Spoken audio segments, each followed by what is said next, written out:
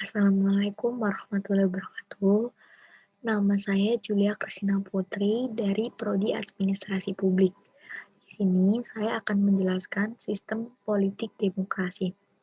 Sebelum itu, kita harus dulu, apa sih sistem politik demokrasi itu? Nah, sistem politik demokrasi itu merupakan sistem politik yang memberikan perlakuan yang sama kepada semua anggota kelompok, baik kelompok mayoritas maupun kelompok minoritas, dalam hak dan kemampuan masing-masing mereka untuk ikut serta dalam penyelenggaraan pemerintah. Nah, di sini menurut Abraham Lincoln, yaitu sistem pemerintahan adalah sistem yang diselenggarakan dari rakyat, oleh rakyat, dan untuk rakyat itu sendiri.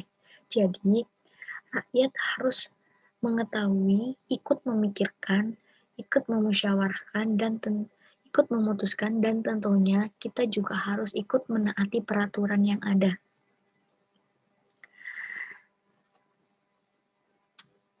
Jadi semua kedaulatan itu dipegang oleh rakyat dan untuk semuanya, tidak memandang golongan apapun. Yang kedua, ciri-ciri politik demokrasi itu apa sih? Jadi, ciri-ciri sistem politik demokrasi itu adalah yang pertama, legitimasi pemerintahan didasarkan pada klaim bahwa pemerintah tersebut mewakili keinginan rakyat. Jadi kita mempunyai wakil rakyat yang merupakan pejabat negara yang sudah kita percayakan untuk menginspirasikan keinginan masyarakat. Dan tentunya pemerintah ini telah dipilih secara langsung oleh rakyat yang dipercaya untuk memegang kekuasaan pemerintahan.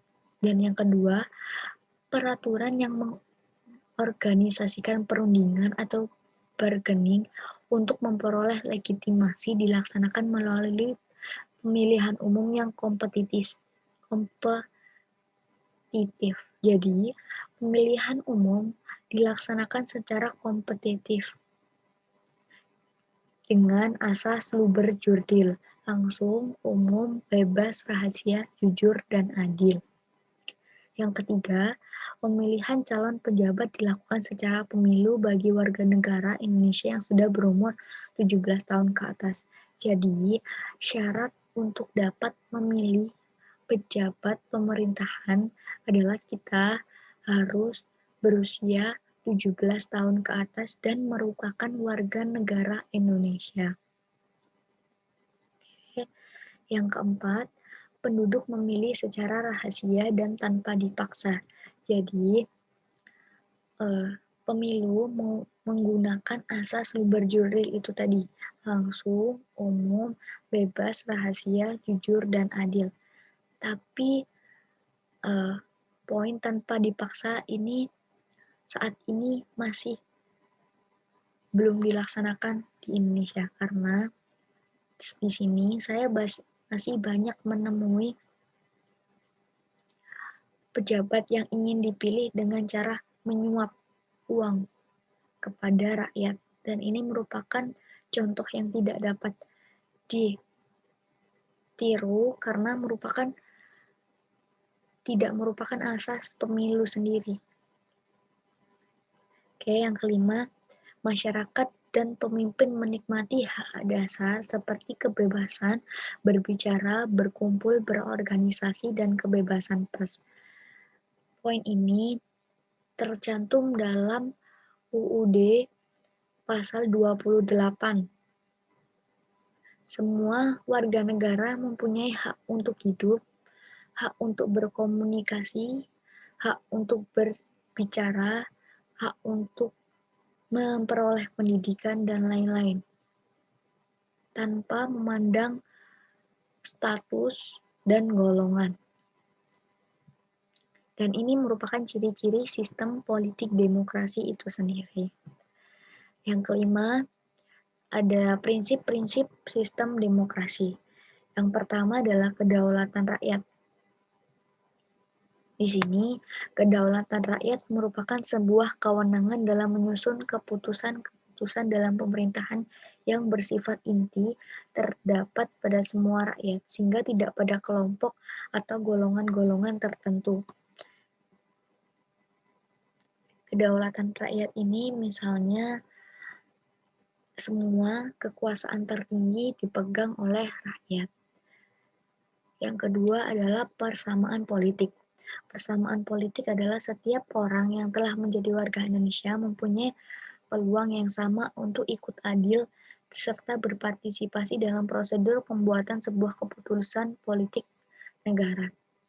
Contohnya pemilu tadi. Jadi, kita mempunyai hak yang sama untuk memilih mana mana yang pejabat negara yang ingin kita pilih. Kita tidak ada paksaan untuk memilih siapapun di antara calon-calon tersebut. Tapi harus dengan syarat kita merupakan warga negara Indonesia dan umur 17 tahun ke atas. Yang ketiga merupakan konsultasi kepada rakyat. Jadi setiap kebijakan tentang sebuah keputusan yang sangat sesuai dalam mewujudkan urusan rakyat harus dibuat oleh rakyat, serta bukan pengusaha yang tidak memiliki pertanggungjawaban terhadap rakyat. Jadi,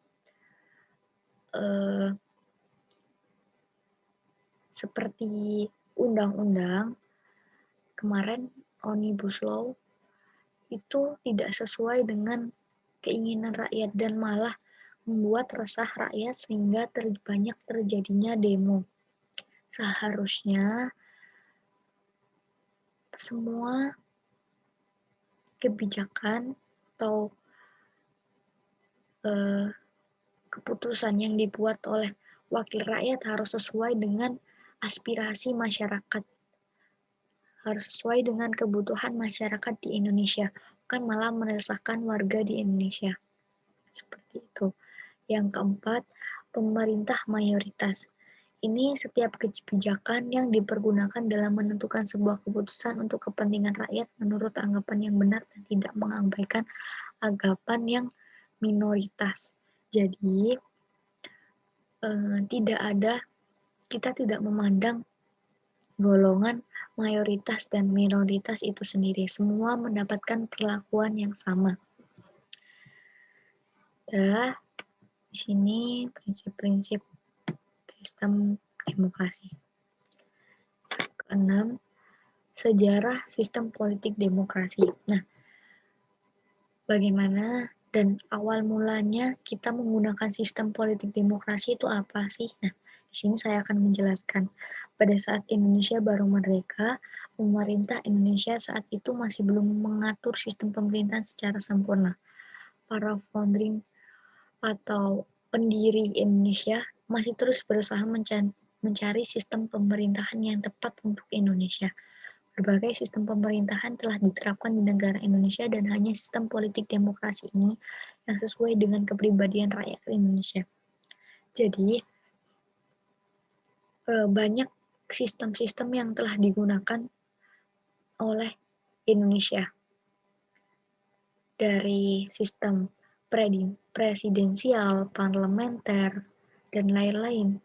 Tapi sampai saat ini kita masih memakai sistem politik demokrasi karena sistem politik demokrasi ini sesuai dengan kepribadian rakyat Indonesia. Nah, yang ketujuh,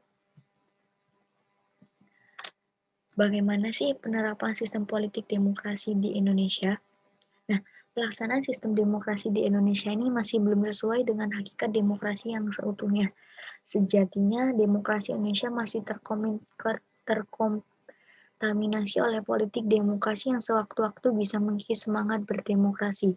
Berkaca dengan situasi politik dan masyarakat ini, sudah saatnya pemerintah mulai mengembalikan kepercayaan rakyat dengan menjalankan birokrasi yang transparan dan fair agar penyelenggaraan pesta demokrasi di Indonesia dapat terlaksana dengan semestinya dan cita-cita bangsa Indonesia menjadi bangsa yang berkedaulatan dapat tercapai. Jadi, peran tangan yang ikut andil dalam deliberasi demokrasi di Indonesia juga sukar untuk dibenahi, karena sudah terlanjur mengakar bahkan sejak awal era reformasi. Terlebih melihat para generasi muda yang tidak lagi peduli akan berdemokrasi dan menentukan masa depan negeri. Dapat kita lihat sendiri, para generasi muda saat ini tidak peduli lagi akan negara kita, malah banyak yang terpengaruh budaya, bahkan melenceng terhadap apa yang seharusnya mereka perbuat. Misalnya saat ini siswa banyak saat ini yang tidak mementingkan pendidikan. Jadi alasan, oh buat apa saya sekolah kalau nantinya saya kerjanya juga sama. Jadi saat ini generasi muda bukannya malah membuat Indonesia semakin maju, mempunyai semangat yang tinggi untuk membuat Indonesia semakin maju, tapi malah merusak Indonesia secara perlahan-lahan dengan kurangnya semangat dan semangat untuk membangun Indonesia. Misalnya saat ini kita seorang pelajar, nah bagaimana kita harus nantinya kita belajar secara giat agar bisa membangun Indonesia lewat prestasi-prestasi yang nantinya kita raih. Tapi malah sebaliknya, generasi-generasi muda saat ini bahkan ya masih ada, tapi masih ada juga yang berprestasi, tapi banyak juga yang tidak memikirkan pendidikan lagi. Banyak yang putus sekolah, banyak yang lebih mementingkan dunia yang harusnya tidak bermanfaat seperti itu.